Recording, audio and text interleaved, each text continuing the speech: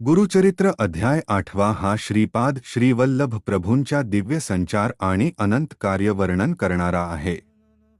लोककल्याणासाठी श्रीपाद गोकर्ण गिरीपर्वत येथे भ्रमण करत कुरवपूर क्षेत्री येतात। तिथे एका अंबिका नामक स्त्रीला शनिप्रदोष व्रत महिमा सांगून तिच्या मुलाचा उद्धार करतात। परमात्मा श्रीपाद श्रीवल्लभ यांचे स्थान म्हणजे कुरवपूर, जिथे आज सुद्धा परमात्मा गुप्त रूपात कार्य करत आहे। कृष्णा नदीच्या मध्ये बेटावर असलेले हे क्षेत्र स्नाने उत्तम शोधुनी निभुवनी नाही असे पाहुनी आला सत्वर पातला कुरवपुरी एकांत राहेवनी।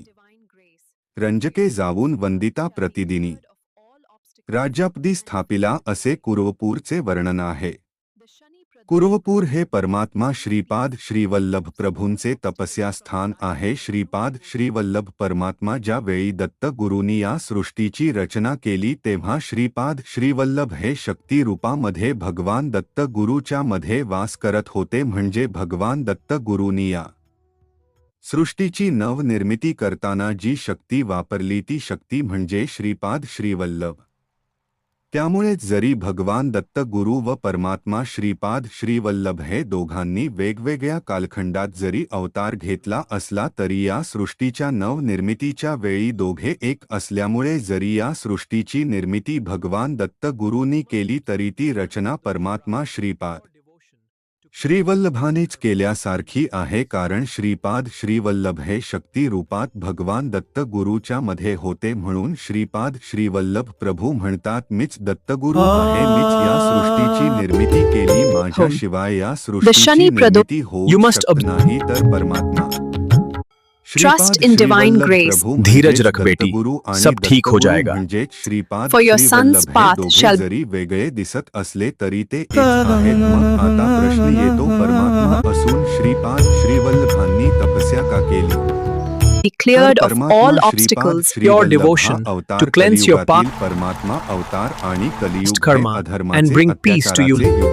विकारांचे युग आहे। And filled with light. मनुष्य पतित बनतो, विकारी बनतो, तेव्हा तो अधर्माने वागतो, चुकीच्या पद्धतीने जीवन जगू लागतो, चुकीचे कर्म करू लागतो, तसेच चुकीचे विचारही करू लागतो। तेव्हा त्या पतित विकारी मनुष्यामुळे या सृष्टीवरील सर्व वायुमंडल दूषित व्हायला लागते आणि ते दूषित वायुमंडल 5 तत्वांना पण दूषित करते। त्यामुळे 5 तत्वे दूषित झाल्यामुळे आपले ती तत्वे आपले रौद्र रूप दाखवायला सुरुवात करतात, म्हणजे खूप पाऊस पडणे, चक्रीवादळ सुटणे, पाऊस कमी पडणे, भूकंप होणे इत्यादी अनेक प्रकारे आपले रौद्र रूप दाखवतात। त्यामुळे या जीवसृष्टीवर राहणाऱ्या मनुष्याची हानी तर होतेच, तसेच भरून येणारे नुकसान होऊन अनेकांचे जीवन उद्ध्वस्त होते। त्यामुळे अशा गोष्टीच्या मुळे इथे राहणाऱ्या जीवांना या 5 तत्वांच्याकडून धोका होतो, यास होतो व या 5 तत्वाच्या समोर मनुष्य फारच दुबळा आहे। त्यामुळे परमात्मा श्रीपाद श्रीवल्लभ प्रभूंनी कुरवपूर मध्ये जी तपस्या केली ती तपस्या या 5 तत्वांना शांत करण्यासाठी, तसेच या 5 तत्वांना नवीन ऊर्जा देण्यासाठी, तसेच सात्विक ऊर्जा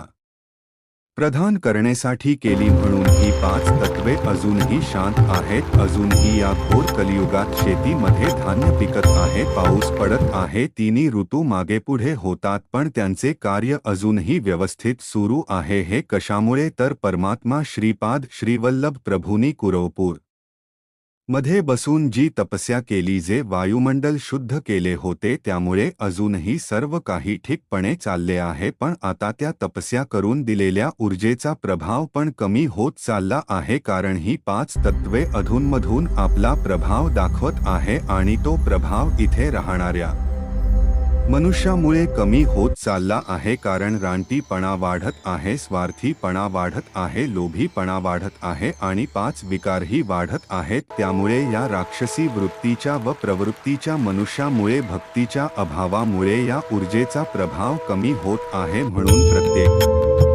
मनुष्याने कुरवपूर मध्ये गेल्यावर तपस्या जरूर करावी। नामस्मरा गुरुदत्तांचे तुमचे कार्य साधेल, मज प्रचिती आली बहु तुम्हा देखील येई। सौजन्य मिलिंद घाडगे।